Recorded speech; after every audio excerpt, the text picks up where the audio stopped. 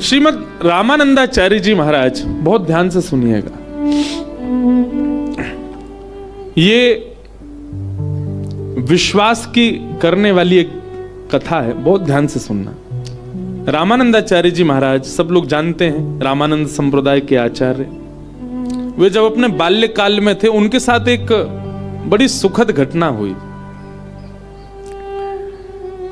एक गांव में एक महात्मा आए और वे महात्मा आकर के नाम की महिमा सुना रहे थे। बहुत सावधानी से सुनना सब लोग। नाम महिमा सुनते सुनते श्री रामानंदाचार्य जी महाराज तब अपने पूर्व नाम में और एवं पूर्व भाव में थे, घर गृहस्थी सब परिवार के संग थे। तो आपने खड़े होकर के महाराज जी से कहा, बोले महाराज जी अच्छी बात है कि आप कह रहे हैं नाम गाना चाहिए, नाम उच्चारण करना चाहिए, नाम जप करना चाहिए, पर नाम हमको रोटी थोड़ी खवा देगा। जीवन जीने के लिए कर्म तो करना पड़ेगा ना हमको। नाम से पेट थोड़ी भर जाएगा हमारा, नाम से जीवन थोड़ी निकल जाएगा हमारा पूरा। तो जो आचार्य मंच पर बैठे थे वो बोले भैया अगर पूर्ण विश्वास करो तो नाम पेट भी भर देगा। तो रामानंदाचार्य जी थोड़े छोटे बालक, थोड़ा उनमें हट तो था ही। तो आप श्री ने कहा ठीक है, तो फिर ठीक है, मैं अब कुछ नहीं खाऊंगा, केवल राम राम जपूंगा, देखता हूं राम जी मेरा कैसे पेट भरते हैं। और गांव से दूर चले गए। गांव से दूर एक नदी के किनारे एक विशाल वटवृक्ष था। उस वटवृक्ष के नीचे जाकर के बैठ गए और राम राम राम राम राम राम राम राम राम राम राम राम जपने लगे। तभी आपने देखा कि नदी के किनारे कुछ लोग विचरण कर रहे हैं। तो आपके मन में भाव आया कि हो सकता है कि मुझे साधु महात्मा कुछ संत समझ के ये लोग खाने पीने दे जाएंगे मुझको, इसलिए आपने सोचा नीचे बैठना उचित नहीं, पेड़ के ऊपर बैठ जाता हूं। पेड़ के ऊपर बैठ गए। कुछ नहीं, बस गांव के लोगों से कह के आए थे, राम जी अगर पेट भर देंगे तो मैं पूरा जीवन राम नाम में ही निकाल दूंगा। राम राम राम राम राम राम पेड़ पे बैठ के जपने लगे। तभी क्या हुआ, कुछ यात्री लोग वहां से निकल रहे थे। उन्होंने देखा विशाल वटवृक्ष है, बढ़िया छांव है, सुबह के हम लोग चले, कुछ पाया है नहीं हमने अभी तक, इस वृक्ष के नीचे ही बैठ जाते हैं और यहीं कुछ पा लेते हैं प्रसादी। उस वृक्ष के नीचे सब लोग बैठ गए, अपनी पोटली वोटली सब खोल दी उन्होंने और सब नदी में स्नान करने लगे, आचमन करने लगे। बोले सब लोग यहीं प्रसाद पा लेते हैं। प्रसाद पाने बैठ ही रहे थे, इतने में ही उस जंगल का एक डाकू आ गया। डाकू के आते ही महाराज उसके घोड़ों को आते देख, उनके हाथों में सब औजार और वो सब लगे थे मारने के, उन सबको देख करके वो सब रे अपनो सामान वामान सब छोड़ छाड़ के वहां से भाग गए। डाकू आया पूरी सेना के साथ, उसने कहा हाँ भाई सुनो, ये सब माल यहां पर पड़ा है, इसमें से देखो हमारे उपयोग की क्या वस्तु है। सब खोल खाल करके देखा, उसमें थोड़ा बहुत कुछ धन मिला, धन सब रख लिया।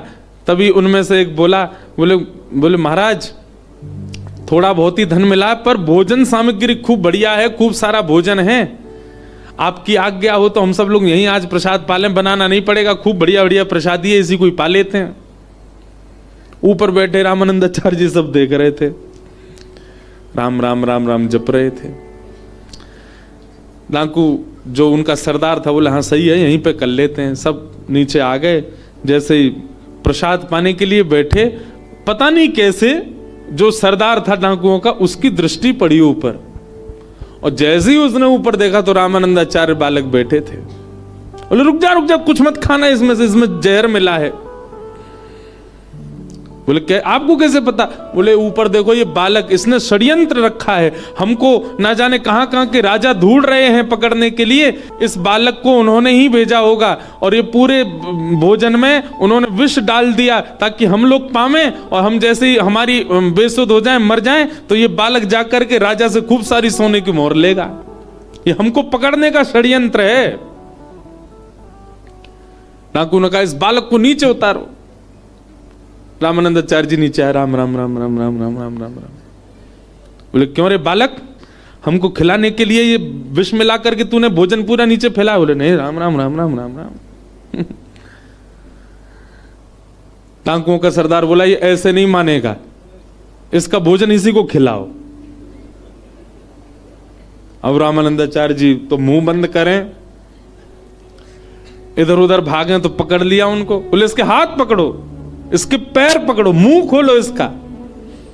और जैसे ही मुंह खोल करके महाराज, अच्छा मुंह खोल करके भी कुछ गलत वस्तु नहीं है, पेड़ा खिला रहे हैं, मोहनथाल खिला रहे हैं, पूड़ी खिला रहे हैं, रबड़ी खिला रहे हैं, जितनी सामग्री थी सब खिला रहे हैं। रामानंदाचार्य जी के नेत्रों से आंसू गिर रहे। बोले जय हो राम जी, ऐसा प्रसाद तो मैंने कभी नहीं पाया कि 56 भोग ठूस ठूस के खिलाए जा रहे हैं। ये है राम नाम की महिमा। और उसी समय हमारे विश्व को, हमारे भारत भूमि को एक आचार्य मिले, श्री रामानंदाचार्य, राम नाम की महिमा से, जिनके शिष्य स्वयं श्री रैदास जी महाराज, श्री कबीरदास जी महाराज, ये सब उनके शिष्य हुए। इसका मतलब ये नहीं कि आप भी बैठ जाओ गंगा जी पे, राम राम राम राम। अच्छा एक बात बोलूं, करके देख लो, कोई बुराई थोड़ा ही है। राम जी कहीं ना कहीं से कृपा कर ही देंगे। लेकिन हम एक बात कह रहे हैं, जब हमको एक कथा से ये बात विश्वास हो गई कि राम नाम से अन्न मिल रहा है, तो क्यों ना उस राम नाम से राम को ही मांग लो। जब अन्न साधन मिल सकता है तो स्वयं राम क्यों नहीं मिल सकते? भगवान नाम अति श्रेष्ठ। इसलिए नाम बहुत आवश्यक है जीवन में, भगवान नाम। और भगवान नाम आत्म कल्याण के लिए होता है, यही भागवत का विषय है। धर्म प्रौजित कई तवोत्र परमो निर्मत्सराणाम सताम वैद्यम वास्तव मत्र वस्तु शिवदम तापत्रयोन्मूलनम श्रीमद्भागवते महामुनि कृते किंबा परैरीश्वर सद्यो हृदय वरुध्य तित्र कृत भी शुश्रूषुभिस्तच्छणात्। भागवत जी का द्वितीय श्लोक, जहां पर विषय, अधिकारी, संबंध और प्रयोजन 4 बातें बताई गई। सबसे पहला भागवत का विषय क्या है? आप कथा सुनने के बाद में कहीं ना कहीं अब आत्म कल्याण के लिए बढ़ने लगोगे। अभी तक आपकी स्थिति क्या है? कहीं ना कहीं आप देह की पुष्टि का भाव रखते हैं। ऐसा खाऊं जिससे देह पनपे, ऐसा कुछ करूं जिससे मेरे देह को सुख मिले, ऐसा कुछ करूं जिससे मेरा देह प्रबल हो, धनवान हो, संपत्तिवान हो। ऐसी ऐसी इच्छाएं जब देह के लिए आती हैं, तब तक आप धर्म कर रहे हो। लेकिन जिस दिन आपके मन में भाव आ जाता है भाई देह तो नश्वर है, इसके भीतर विराजमान जो आत्मा है उसका उद्धार करना है मुझको, और देह का माध्यम लेना है, उसी दिन आप परम धर्म करने लग जाते हो। अभी हमारी स्थिति क्या है? आंखों से ऐसा देखूं जिससे आंखों को सुख मिले, पर परम धर्म करने वाली की स्थिति क्या हो जाती? आंखों से उसको देखूं जिससे आत्मा की संतुष्टि हो। संसारी व्यक्ति क्या? ऐसा सुनूं जिससे मैं एंटरटेनमेंट हूं, जिससे मेरा मनोरंजन हो। लेकिन आध्यात्मिक व्यक्ति क्या कहता है? ऐसा सुनूं जिससे मेरा आत्मचिंतन हो। संसारी व्यक्ति ऐसा खाऊं जिससे मेरी जीव को सुख मिले, और आध्यात्मिक व्यक्ति ऐसा खाऊं जिससे मेरा और भजन बढ़े। वजन नहीं, भजन।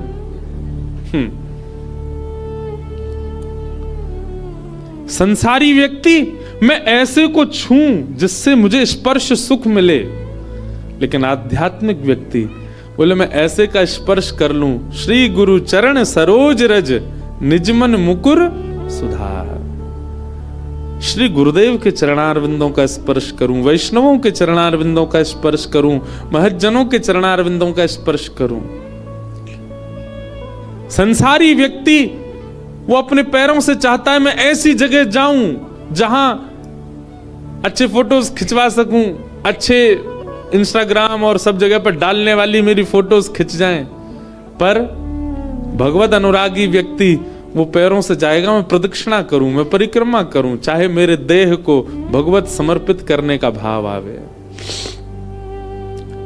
ऐसी स्थिति, ये परिवर्तन आने लग जाए मन में, तो समझो आप भागवत सुन रहे हो। आप कहीं ना कहीं देह से उठ करके आत्म कल्याण की भावना में चले जाते हो। ये भागवत का विषय है। आपको यह समझ में आने लग जाए कि देह तो माध्यम है, कल्याण तो मुझे अपने भीतर बैठी उस चेतना का करना है जो ना जाने कितने दिन से भटक रही है। ये भागवत का विषय। दूसरी बात, भागवत का अधिकारी कौन है? इस पूरी योजना में कौन आ सकता है जिसके अंदर आत्म कल्याण की इच्छा प्रकट हो जाए, देह से परे को हो जाए?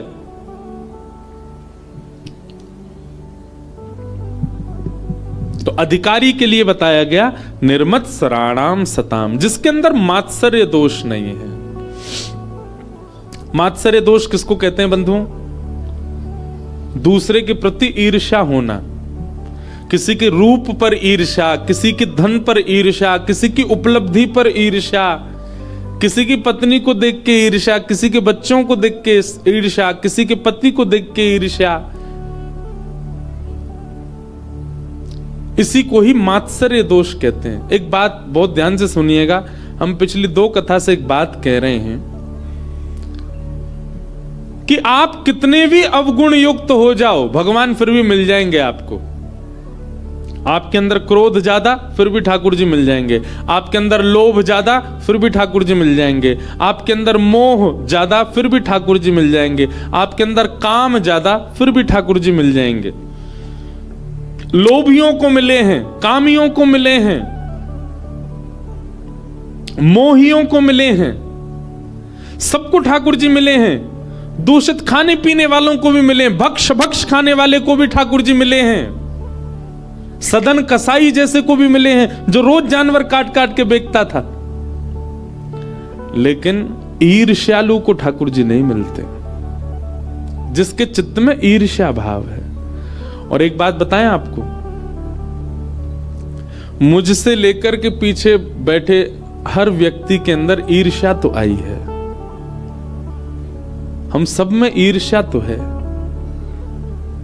कम से कम हमारा भजन इसीलिए बने कि हमारा क्रोध कम ना हो, भले ही हमारे अंदर बाकी के दोष कम ना हो, लेकिन हे सदगुरु की कृपा, हे गंगा मैया की कृपा, हे भागवत जी की कृपा, हे बद्रीनाथ भगवान की कृपा, हे वृंदावन बिहारी लाल की कृपा, हमारे अंदर ईर्ष्या ना आवे। आप विश्वास मानिए, जिस दिन आपके चित्त से ईर्ष्या गई, आपका क्रोध भी जाएगा, आपका लोभ भी जाएगा, आपका काम भी जाएगा, आपका मोह भी जाएगा। सारे दोष अपने आप निकलना प्रारंभ कर देंगे। घर की नाली जाम हो जाए तो सबसे अंदर जो बड़ी वस्तु फंसी होती है उसमें वो निकल जाए, सब अपने आप निकल जाते हैं। ऐसे ही सबसे बड़ी हमारे हृदय में जो ये गंदगियां हैं, इनके अंदर जो सबसे भारी भरकम है, जिसकी वजह से कुछ नहीं निकल पा रहे, वो है ईर्ष्या। जिस दिन ईर्ष्या निकल गई चित्त से, सब निकल जाएंगे। क्रोध, काम, लोभ, मोह, अभिनिवेश, अहंता, ममता, चिंता, सब निकल जाएंगे। और ईर्ष्या नहीं निकली, कितनी कथा सुन ले, कितनी भजन कर ले, कितनी गंगा जी में डुबकी लगा ले, भर की पौड़ी पर देखो महाराज चैन पकड़ के लिए जा रहे हैं, दे डुबकी।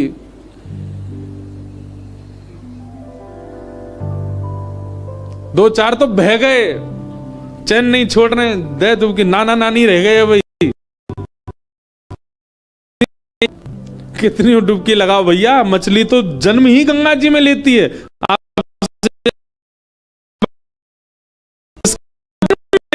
गंगा तो श्वास भी वही, उसका तो भोजन भी वही।